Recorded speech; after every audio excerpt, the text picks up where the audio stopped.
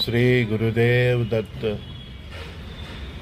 સંજય બોરીવાલાના પ્રાતઃકાળે સૌ મિત્રો, સખાઓ, ભાઈઓ, બહેનોને જય શ્રી કૃષ્ણ, જય સ્વામિનારાયણ, જય જિનેન્દ્ર, જય માતાજી. સમજણ વિનાનું જીવન નકામું,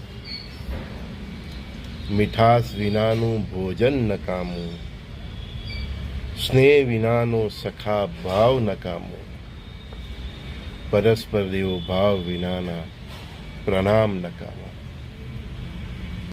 સમજણ વિનાનું જીવન નકામું, મીઠાશ વિનાનું ભોજન નકામું, સ્નેહ વિનાનો સખા ભાવ નકામો, પરસ્પર દેવો ભાવ વિનાના પ્રણામ નકામો. દેવ દર્શન વિનાની આ દ્રષ્ટિ નકામી,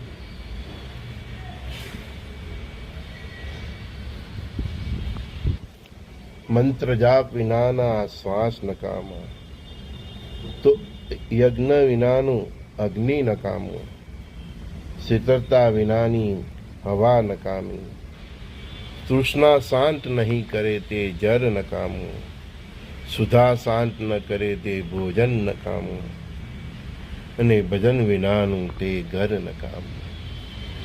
સમજણ વિનાનું જીવન નકામું. તું શું કામ આવ્યો છે આ ધરા પર એ તો સમજ.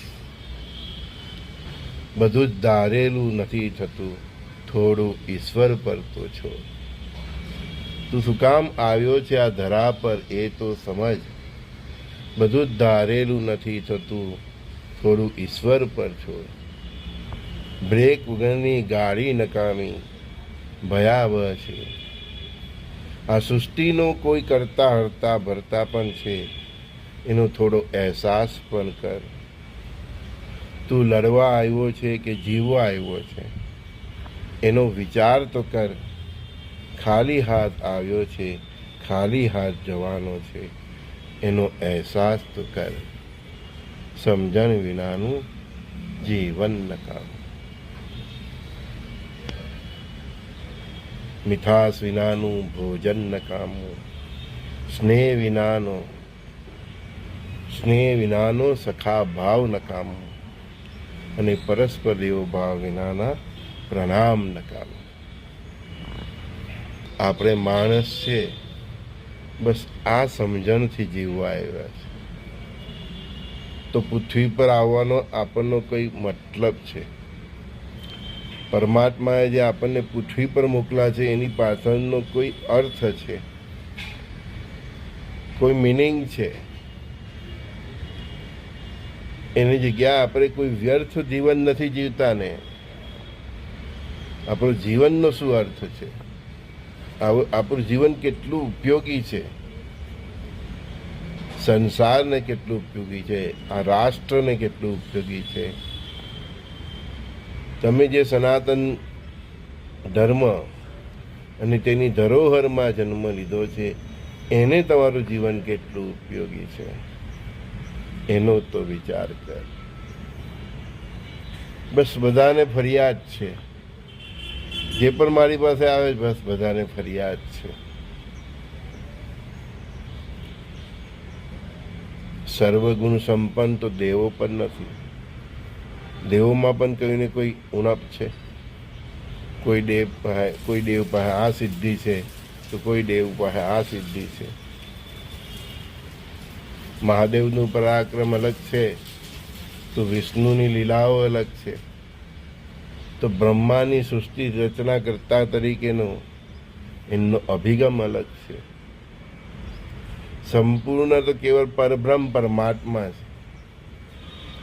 અને દેવોએ પણ સંપૂર્ણ થવા માટે બ્રહ્મા વિષ્ણુ મહેશ તરીકે એક સ્વરૂપ ધારણ કર્યું, જેને આપણે દત્ત કહીએ છીએ. ઓમ દ્રામ દત્તાત્રેયાય નમઃ. ઓમ તત્સત શ્રી ગુરુદેવ દત્ત. એમ તમે પણ પૂર્ણ થાઓ. પતિ પત્નીને પણ જેમ પરમાત્માએ ભેગા કર્યા છે તે પૂર્ણતા પ્રાપ્ત કરવા માટે, જે એક પતિ તરીકે પુરુષમાં નથી, જે એક સ્ત્રી તરીકે એ સ્ત્રીમાં નથી, એ બંનેની ઉણુપને ભેગા કરવા માટે પરમાત્માએ આ સંસારની રચના કરી છે અને પતિ પત્ની તરીકેનું એક દાંપત્ય જીવનની રચના કરી છે. તેને બદલે આપણે શું કરીએ છીએ? એકબીજાની ખામીઓ શોધ્યા કરીએ છીએ. અરે ભાઈ, એ ખામીઓને પૂર્ણ કરવા માટે તો તમને બેઉને ભેગા કર્યા છે. એટલે કહું છું કે સમજણ વિનાનું જીવન નકામું.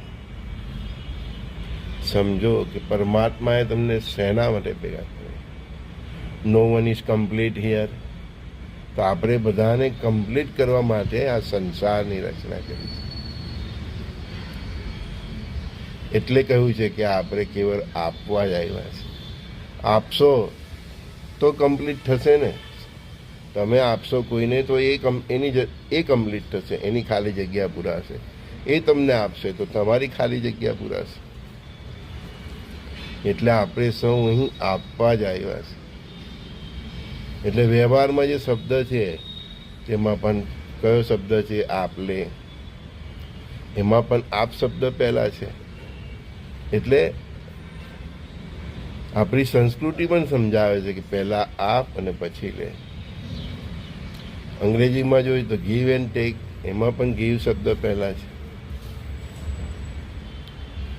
તો સંસ્કૃતિ પણ એ જ સમજાવે શબ્દો થકી પણ કે પહેલાં આપવાનું છે. તમે આપશો એટલે સામેવાળાની ખાલી જગ્યા પૂરાય, એ કમ્પ્લીટ થશે. એ તમને આપશે તો તમારી ખાલી જગ્યા પૂરાય, કમ્પ્લીટ થશે. ગુરુ શિષ્યને આપે છે, એને પૂર્ણ કરે છે.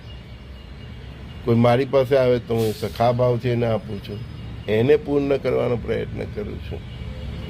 એટલે ગુરુ પાસે જાઓ કે સખા હાથે પાસે જાઓ તો ક્યારેય ખાલી હાથે પણ ન જવું. તમે કંઈક તો એને આપી શકો ને. Because no one is completed. આપણે ચાતુર્માસમાં પણ જે ગુરુ પૂર્ણિમા આવે છે એ પણ એટલા માટે જ છે કે ગુરુની 4 મહિનાની જરૂરિયાતોને પૂર્ણ કરી દઈએ, એનું પૂજન પણ કરી દઈએ.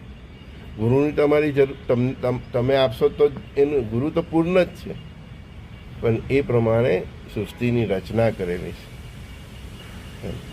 ગુરુ એટલે જ પૂર્ણ. તો પણ એની પૂર્ણતામાં આપણે આપણો ભાગ ભજવીએ, શિષ્ય તરીકેનો ભાવ વ્યક્ત કરીએ, સમર્પણ કરીએ.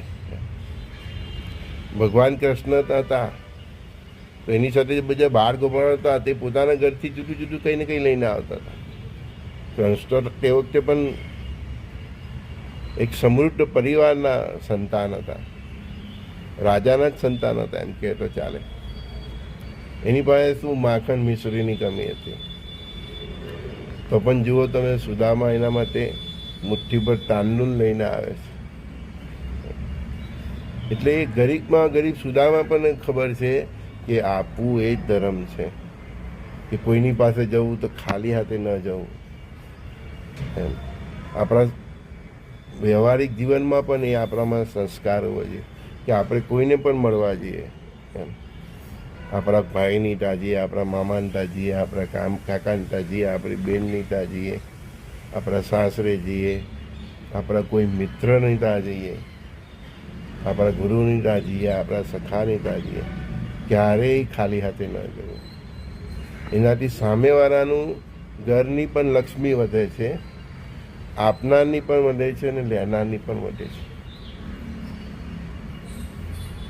એટલે કહ્યું છે કે સમજણ વિનાનું જીવન નકામું, મીઠાશ વિનાનું ભોજન નકામું, સ્નેહ વિનાનો સખા ભાવ નકામો, પરસ્પર દેવો ભાવ વિનાના પ્રણામ નકામા. સંજય બોરીવાલાના પ્રાતઃકાળના સત્સંગમાં સૌને પ્રણામ. શ્રી ગુરુદેવ દત્ત.